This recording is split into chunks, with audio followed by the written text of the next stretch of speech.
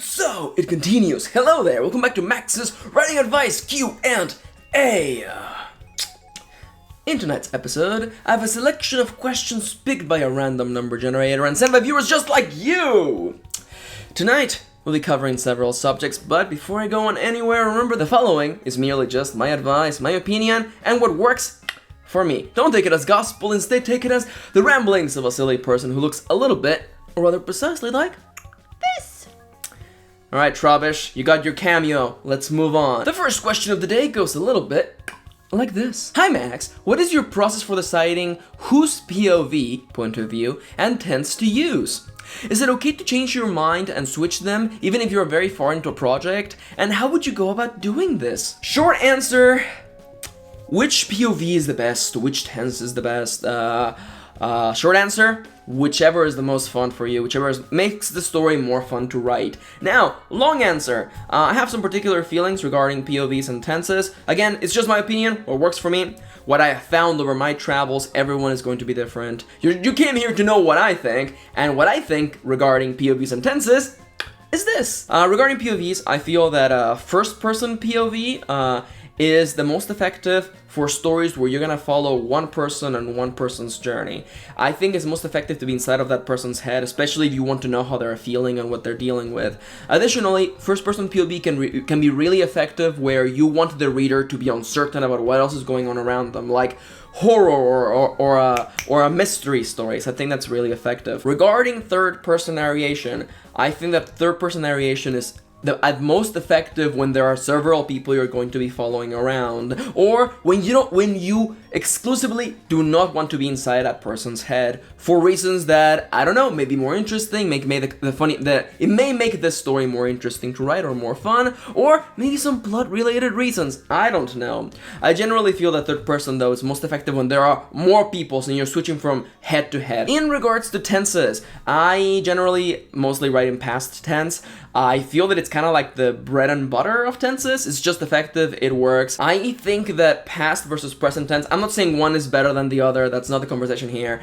I have more fun writing in past tense. It gives me a lot more options regarding things, because I feel that present tense is at its most effective when it's in first person, and there is something important going on right now, something intense. That's why I feel that like a first-person story about like slice of life, just everyday stuff, wouldn't be very interesting. But that's just me though. Like that's honestly what I feel about it. Like when people ask me, I'm like, Max, would you do a first-person present tense slice of life? I mostly think not, because I don't know what I would do with that. But maybe you think differently. Ultimately, remember that there are no rules to writing, just opinions. When someone tells you that one POV is better than the other, it's really just ultimately their opinion. They're all tools for different jobs, and you gotta, pick the one that works the best for you. As for the questions that you asked for the additional questions, is it okay to change your mind? Of course it is. It's just the first draft. You can change it later. I've known several people who have written stories and then realized like halfway through writing like a 400-page novel that, oh, this story would be more effective if it wasn't in present tense, or this story would be more effective if it was third person as opposed to first person, and that's okay. It's actually relatively simple. What do? You keep writing the story in the new tense and POV, and you go back and revise the other stuff. Some people may disagree on this, then they would say that go back and write the whole thing again. I don't know, I feel differently about that, but that's just, how I would go about doing this. Again, make note of the changes and just move on forward, honestly. I don't particularly feel keen about the idea of stopping in the middle of a book to write it again. I think that you would be better off, especially because the characters are fresh in your mind, you just keep pushing forward and go back and revise the other ones. You're gonna do it anyway, why put away the writing for later? That's just how I feel about it though. What about the next question? Question the second goes a little bit like this. Should every antagonist have redeemable qualities? The major antagonist in my story is a lonely, sadistic misanthropist. Is that how that word is pronounced? I'm not originally American, I apologize. I've always seen him as someone who was put through too much, i.e. literal torture, and as a result, it broke him. Realistically, I don't think he would truly love anyone, not anymore. But I feel this urge to make him likable to the readers, or else I fear he might just annoy everyone by sticking around as a major character. Can he be vile and likable if I write it well enough? Alright, slow down. This question is like a ball of yarn. There's a lot of things going on, so let's look at it and unravel it point by point, okay? Should every antagonist have redeemable qualities? No.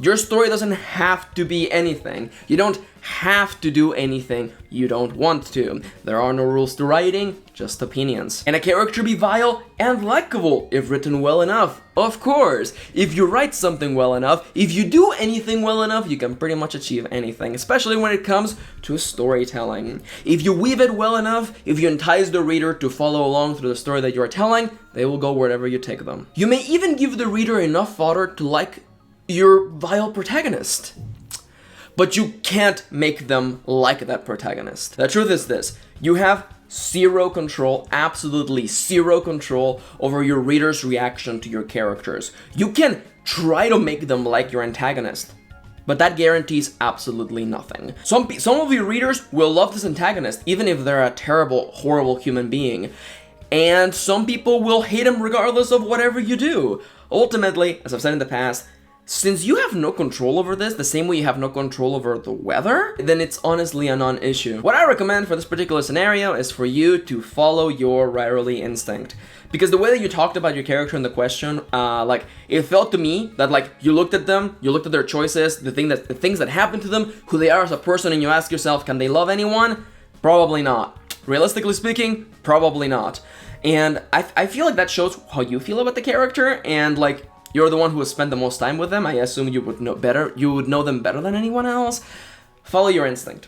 Write the story as it comes to you. Be true to the story, because honestly, if you try to please everyone or try to please anyone, you will achieve absolutely nothing, because opinions are different. Everyone likes different things, and everyone is willing to accept certain elements but not others. Trying to make a character likable is just like very ineffective, especially when those traits are exterior to who they are as a person. If this character has no likable traits, then they have no likable traits, and that's just it. That's who they are as a person. Seriously, like, I feel sometimes you have to write the story that comes to you, and as I've said, people will like it, people will hate it. You have no control over that. What you do have control over is writing the story. Be true to it, follow through, and see where the story takes you, okay?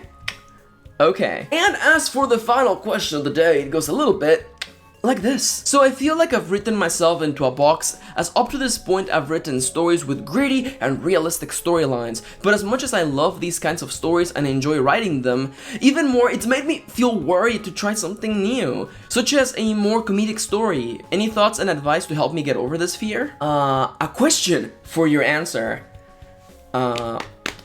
If you love and really enjoy writing stories that are realistic and gritty, why do you feel inclined that you have to write a comedic or lighthearted story? Now, I'm gonna take a leap of faith, and excuse me if this is wrong, because I could be entirely wrong, and that's completely likely, but are you particularly afraid that someone is gonna think that you're a one-trick pony? Someone's gonna look at your work, be reductive about it, and say, oh, all these stories are about realistic, gritty situations. This writer can only do one thing and nothing else. Are you afraid of that? You shouldn't, because it actually doesn't matter at all. It actually completely does not matter. You know why?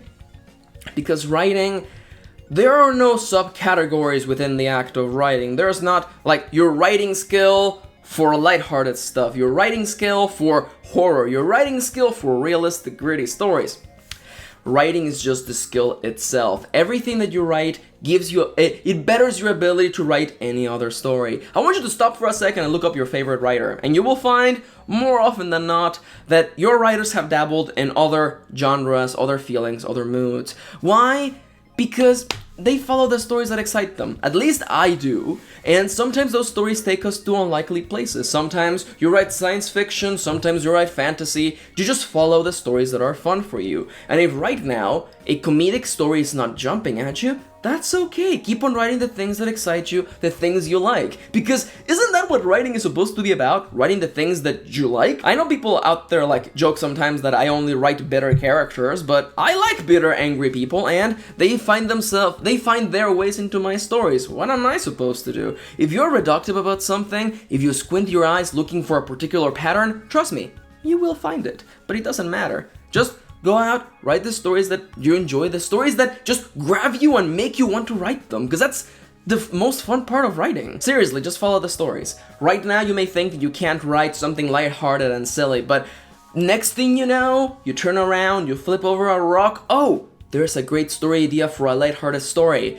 and it's so fun, I'm just gonna go ahead and write it. Follow the stories, have fun. You have no idea, no way of knowing what lies just around the next corner, so follow along, okay? Okay. For the time being though, that's about it for today's video. I want to thank you for watching. I hope that you enjoyed my particular point of view on the questions that were answered today. And if you have your own point of view you would like to share, please feel free to go down into the comments down below and let us know. As well as letting us know for future questions you would like me to answer on a future video. But I've gone on way too long. I gotta get going.